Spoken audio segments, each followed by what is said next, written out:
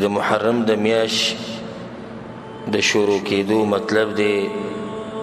چې ستا د ژوند نه یو کال چې دغه کم شو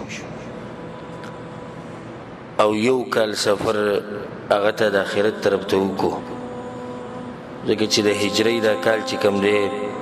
دا د محرم د میاشتې نه شروع کېږي نو دا اوس موږ په یو نوي کال کې داخل شو یو پوره کال تیر شو یو پوره کال زموږ د ژوند نه کم شو او باغې کې چې د څه کړي هماغه به درته میلاویږي وما ربک بظلام للعبید او ستا رب چا سره ظلم نه کوي پوره کال تیر شو سره د نیکیانو او سره د بدیانو او څه چې شوي دي هغه شوي هغه په عملنامو کې لیکلی شوي نو اولنی درس موږ له دا اخیسته پکار دي چې دا نوی کال شروع شو پکار دی چې نوي کال سره موږ نوی ژوند شروع کړو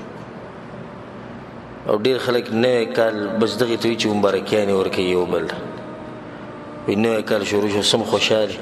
او دې ته نه ګوري چې دا یو کال چې کم تیر شو د دې به د سره حساب کتاب کیږي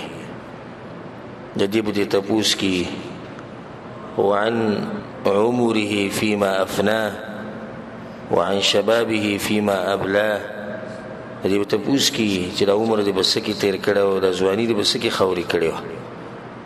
داسې نه چې کال تیر شو ته بس خوشحاله چې زه مخې ته روان یم او ترقي کوم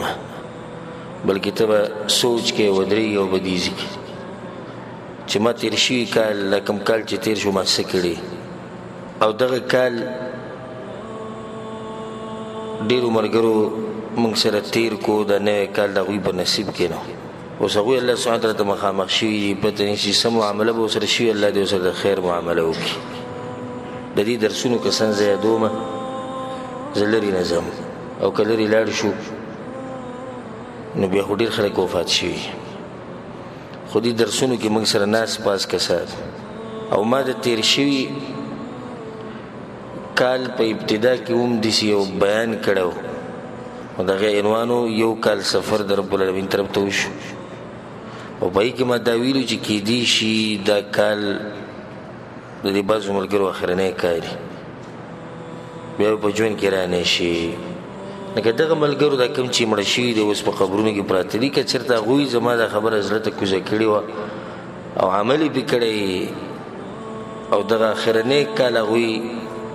د الله سبحانه تعالی د شریعت مطابق تیر کړی او څنګه چې الله غواړي هغه شانې تیر کړی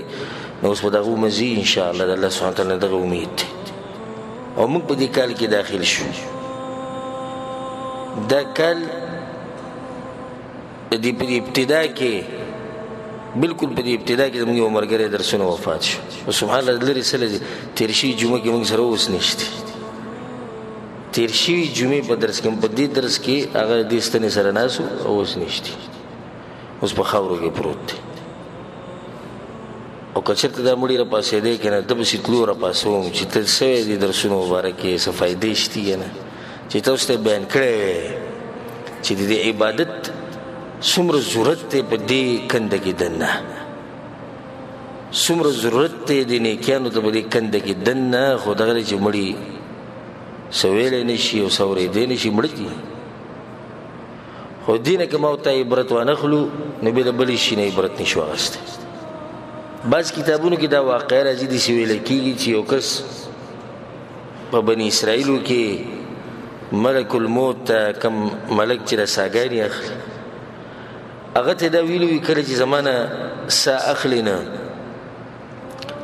ما ته به ووایې هغه ته صحیح ده تا ته به ووایم بیا به څه وخت بعد راغی ستا وخت پوره شوی هغه ته ګوره ما سره دوکه وکړه تا خو ما ته ویلي چې تا ته به وایم هغوی ما راته ویلي وی څنګه دي ویل وی پلانې مړو که نه ویاو وی پلانې مړو که نه ویاو پلانې مړو که نه ویاو مړو وی دا ټول ما تا ته وي چې ستا نمبر هم راتلولی ځان تیار ساته نه د دې کسانو د تله د دې خوا و شانه او قبرونو ته د هغوی کوزېده دا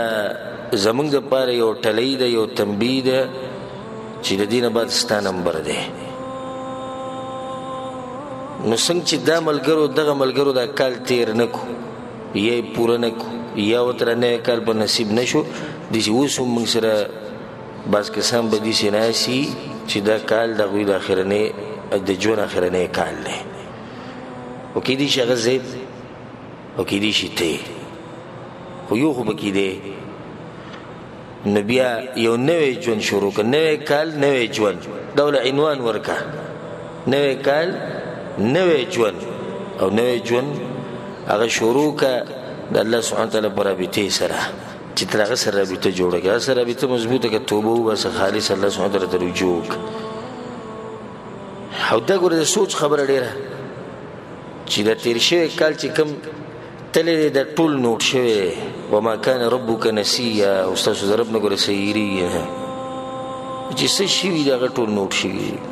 په جواب دپاره ځان تیار ساته ټول د منو چې سوال وکړي سوال کېږي نو بیا د سوال